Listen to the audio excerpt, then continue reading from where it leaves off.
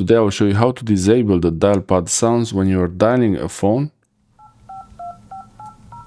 and it makes a noise like this.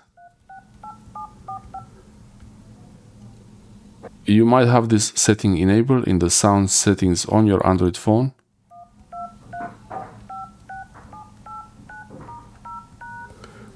This thing can be turned off. It's not like the landline where you have to dial the tone through the landline like the old times. You don't have to hear this sound for the phone to work to dial. On some automated machines though, this might make a difference, so I'm not sure. You can change the setting, enable it and disable it if you need to. To disable the dial pad sounds, open the settings app. In the settings, go all the way to sound and vibration. And here, scroll all the way down. For you, this might be different with a different name or maybe another location, or some of them might be combined. But you look for dial pad tones. Dial pad tones here. Toggle this off. Open the phone up again. And there is no noise.